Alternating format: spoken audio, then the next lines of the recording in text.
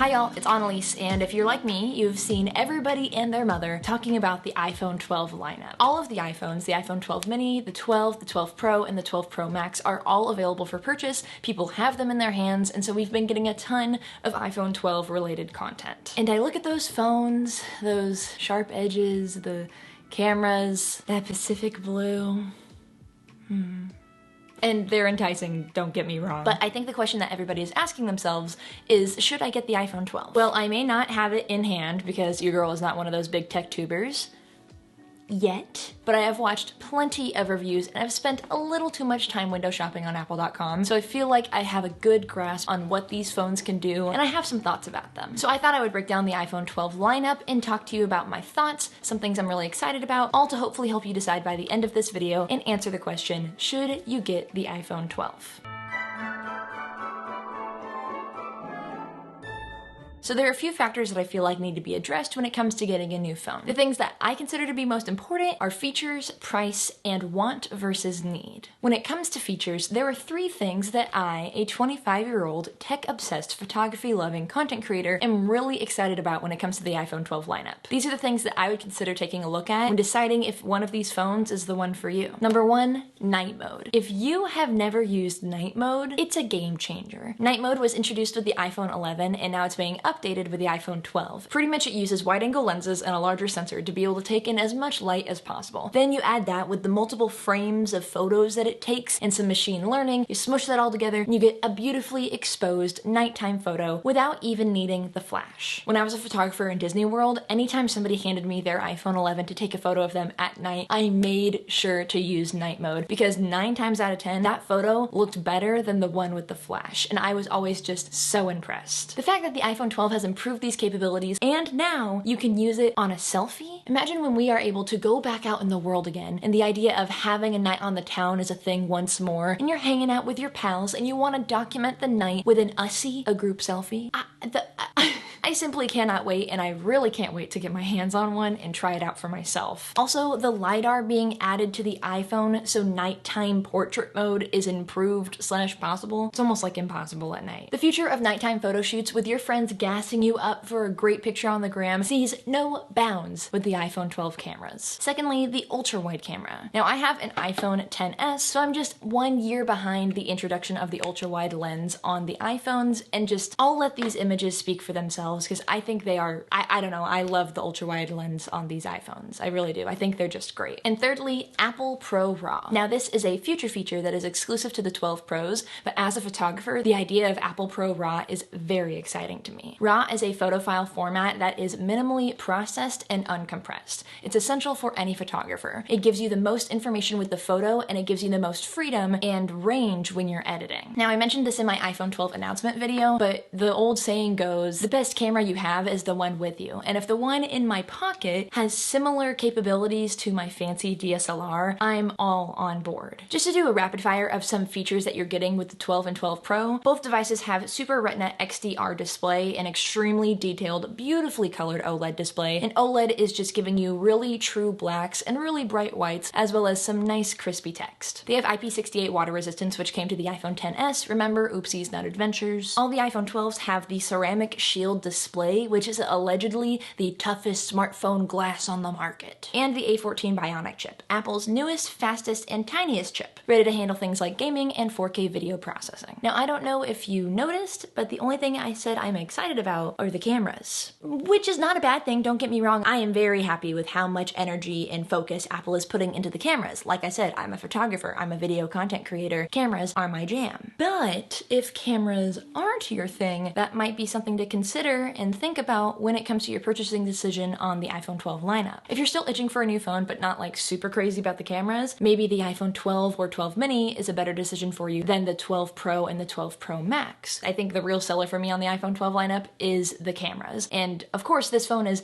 even better than last year's, and I don't want to downplay the iPhone 12 at all because it is a really advanced piece of technology. And trust me, I still want it. I drink the apple juice. But the purpose of this video and a lot of my like tech review reviewing, talking about my favorite tech product type videos is to not only give you the perspective of my like tech reviewer side of my brain, but also the perspective of the real person, a real broke 25-year-old tech loving person. I'm not somebody who gets devices for free to review and play with, yet speak it into existence, folks. And I know that somebody who might be making their like big splurge purchase decision for themselves this year might be watching this video looking for some sort of advice. So I want to sort of give you my tech reviewer's perspective and my real life internet friend person perspective too. Now that we were talking about the real life things, let's get into the price. So let's talk about price just between the 12 and the 12 Pro. So the 12 comes in at $829 for 64 gigabytes, $879 for 128 gigabytes, and $979 for 256 gigabytes. The 12 Pro is $999 for 128 gigabytes, $1099 for 256 gigabytes, and $1299 for 512 gigabytes. Now just subtract $100 from the 12 price to get the mini price, and then add $100 to the Pro price to get the Pro Max price. Now there's a lot of storage differences between the 12 and the 12 Pros. The Pros can go up to 512, and that's because they support 4K Dolby Vision video as well as Apple Pro RAW. And those two things are storage hogs. So you need to have the ability to have more space in case if you want to use those features. But just for comparison's sake, let's look at the 128 gigabyte iPhone 12 and the iPhone 12 Pro. There's a difference of $120 there, which if you're not a fan of the cameras, save your money, put that towards Apple Care, a case, the oh so coveted power adapter that doesn't come with these phones anymore. Put your $120 towards that, because you're still getting a really great camera on the 12s. You're just not getting the 4K video, you're not getting Apple Pro RAW. If you're not interested in cameras, doesn't sound like you want that anyway. But if you're looking at the difference between the 12 and the 12 Pro and you really like the 12 Pro and you're not sure if you should save your money, the $120 to me is totally worth the jump to the Pro. So if you're considering it and you can do it, do it. Now if you like the 12 and you're down for a trip down memory lane to the age of a smaller device, consider going with the 12 mini. From everything that I have heard in real life reviews, the 12 mini has a better battery life anyway, so you get a win-win. Fits in all your pockets and it lasts all day. The biggest thing to remember when it comes to 12 mini versus 12 and 12 Pro versus 12 Pro Max, the difference between those two sizes is just that, it's sizes. When it comes to the difference between the 12 and the Pros, just because the name Pro is in the title on the Pros does not mean it is a better for you device. And the same thing goes for iPad Pros and MacBook Pros. It really depends on what you want. Pro doesn't mean it's built better. All the iPhone 12s have the same chip, they have the same camera lenses. Maybe there's more camera features on the 12 Pros,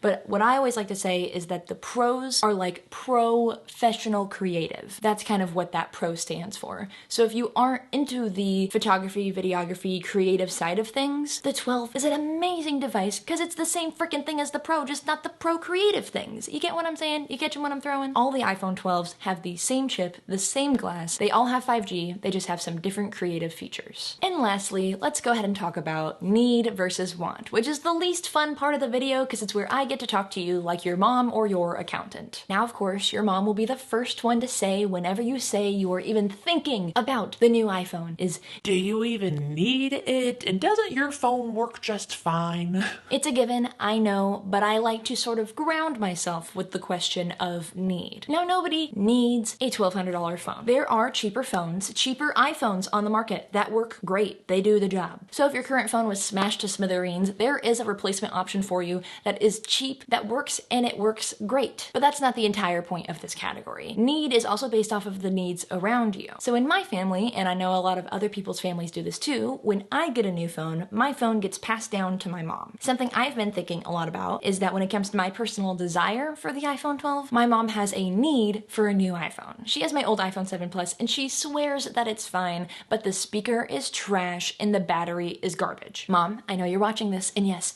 you do need a new phone. Now I know that I could go get her the new iPhone SE and we would be good. Still not spending the 1200s macaronis. But then my mom, like I know a lot of other parents do, has this thing where even if my phone costs 4 times the price of the one I would potentially get her, the idea of her getting a brand new device sounds more ludicrous than me getting a device that costs the price of 3 of my car payments. All this is to say, consider your personal need, whatever that means to you, when it comes to your purchasing decisions. If you can bear to hold off for just 1 more year, the future upgrade might be more worth it to you. Also, you can save that cash money in the meantime, and giving devices more life is better for the planet, it, you know, pass down your old devices to relatives. You know the deal. Now that we sort of went through all the questions, I'll give you what my personal answer is to the question of, should I get the iPhone 12? Because like I said, I hope we're internet friends here, and sometimes it's easier to hear from a friend what their decision is to help you inform your own. So, drum roll please. Will I be getting the iPhone 12? No. Okay, there's two very good reasons. The first, the most important, the biggest block in the road, I don't have the money. I'm broke. And secondly, and like this is the one that I really sat with and thought and was just like, okay, my phone works great. I have the iPhone XS, it's 2 years old. I know back in the day people would upgrade their phone every 2 years and that's kind of a consistent cycle, but this phone does really work great. And the only reason why I want a new one is because new, flashy, shiny Apple. I drink the apple juice, wow, in the Pacific blue. And I wouldn't get it anyway, but so pretty in the cameras. That's the only reason why I want it, but I don't need it. And this camera is great. I just want that freaking wide angle lens. I really do. But I don't need it. And I would honestly, part of me would feel guilty buying it, knowing that this is still such a great phone if I was spending that much money on it. But don't freaking get me wrong. I want it. But once again, want versus need. All that being said, trust me, if I could afford it, I would have that new iPhone 12 in this hand right now. I'm a sucker for new technology. I am a big idiot. But now it's time for you to decide. Or not. Maybe you just want to hear my opinion on the iPhone 12. In that case, thanks for hanging around with me and thanks for letting me talk about something I'm interested in for however long this video is. No matter who you are, I hope you enjoyed this video. If you did, please don't forget to give it a thumbs up. It really supports me and my channel. Consider subscribing to the channel if you're new. I make a lot of tech videos, reviews, talking about my favorite products, all that fun stuff, and then some other type of fun general nonsense videos too. So subscribe, you'll like it here, I promise. Otherwise, that is it for me. Thank you so much for hanging out with me and watching this video. Stay beautiful, have a marvelous day, and I'll see y'all in the next one. Bye!